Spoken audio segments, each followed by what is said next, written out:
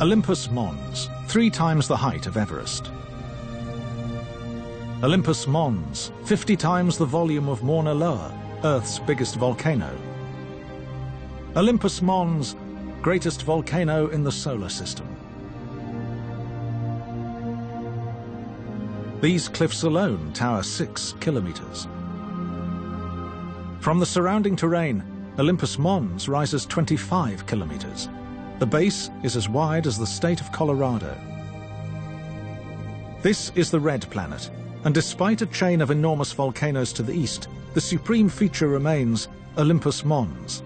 Welcome to Mars. And here's the weather. From minus 100 degrees Celsius before dawn, frost and mist disperse in the morning. The sky is pink with Martian dust. Winds are light and variable. At midday it's fine and clear, with an afternoon high just above freezing. But as sunset approaches, ice clouds appear and temperatures plummet. Mars lies 228 million kilometers from the Sun, the 4th planet out. One orbit takes 687 days. A Martian year is almost twice as long as a year on Earth. With a diameter of less than 6,800 kilometers, Mars is little over half the size of Earth and 1/9 its mass. Both have similar axial tilts and rotation speeds. To us, the Martian day is a comfortable 24.5 hours. Mars is the world on which next we'll walk, and we're getting familiar. The north, smoothed by the flow of lava plains, has the younger surface. The south is more rugged, heavily cratered from old impacts.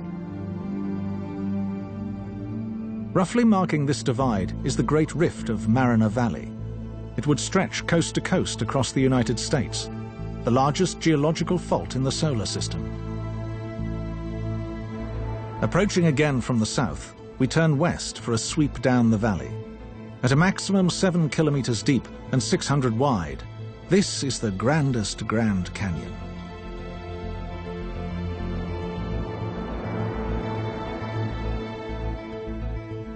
West of Mariner, we climb towards the Tharsis Ridge and 3 volcanoes. First, Arsia Mons. Then, Pavonis Mons. And finally, Ascrius Mons, summits rising over 20 kilometers. This craft, Mars Global Surveyor, has revolutionized our view of the Red Planet. By bouncing pulses of laser light from the surface, it's mapped the contours of Mars.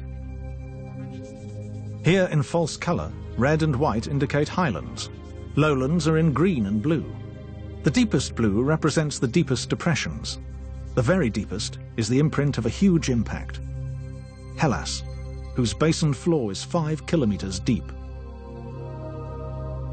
And picked out in white, Olympus Mons and the triple volcanoes of Tharsis. Today it's too cold for water to flow on Mars, but it probably did when these peaks erupted. Rising from the depths, hot magma may have melted subsurface ice, unleashing vast quantities of water, flooding the terrain. Beneath ash and lava to the east of Tharsis, Global Surveyor has imaged an ancient flash flood channel, here in blue. Mars abounds with evidence of floods. Etchings of catastrophic outflows. Dug into the surrounding plain, this channel is 3 kilometers wide.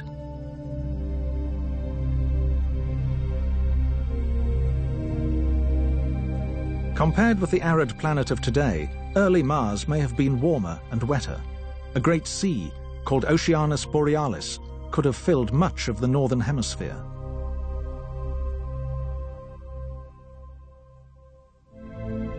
The reason may have been global upheaval, volcanic gases thickening the tenuous atmosphere, sending temperatures soaring. It may even have rained. As eruptions melted subsurface ice, Mars could have flowed with water. Are these layered rocks the relics of lakebed or seafloor? If so, why did the water disappear? Probably volcanic shutdown. Eruptions no longer replenished the atmosphere. It leaked into space due to weak gravity. The seas ran dry. Residual water froze beneath the surface. These tiny volcanic cones, less than a kilometer across, are further clues of a watery past. We see similar features on Earth, where geothermal springs vent through swampy water.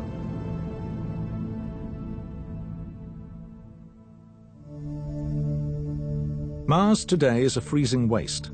The only visible water, polar ice. At its smallest in summer, this is the southern ice cap. It expands in winter. The northern cap is slightly darker because, when it grows, there's more dust in the atmosphere. 5 kilometers deep, scientists forecast that if both ice caps melted, the entire planet would flood to a depth of 10 meters. The elliptical orbit of Mars has quite an effect on its seasons. In the north, when the sun is closest, winter is short and mild.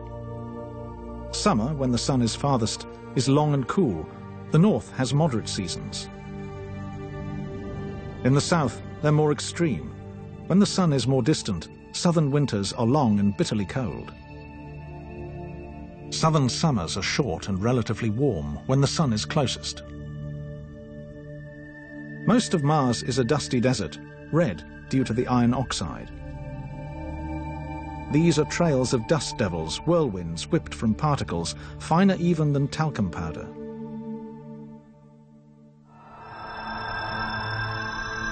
Major dust storms can last weeks and blanket the planet.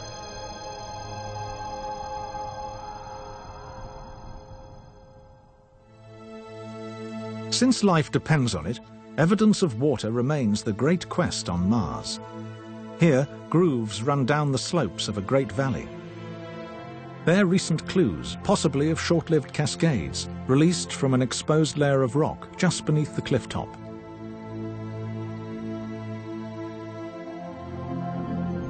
With water the objective, an American probe, Mars Odyssey, slots into Martian orbit. The mission is to scan the planet for signs of water ice just beneath the surface. Penetrated by cosmic rays from space, the surface throws out gamma rays and neutrons. They reveal subsurface elements. If there's hydrogen, it signals water, water locked up as ice. Sensing hydrogen, and revealed in dark blue, Mars Odyssey has detected vast reservoirs of underground ice, especially around the poles.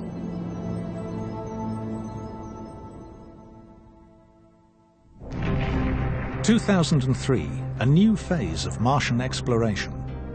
The European craft Mars Express deployed the lander Beagle 2, but as descent began, contact was lost. Undeterred, Mars Express surveyed the planet from orbit in high-resolution stereo.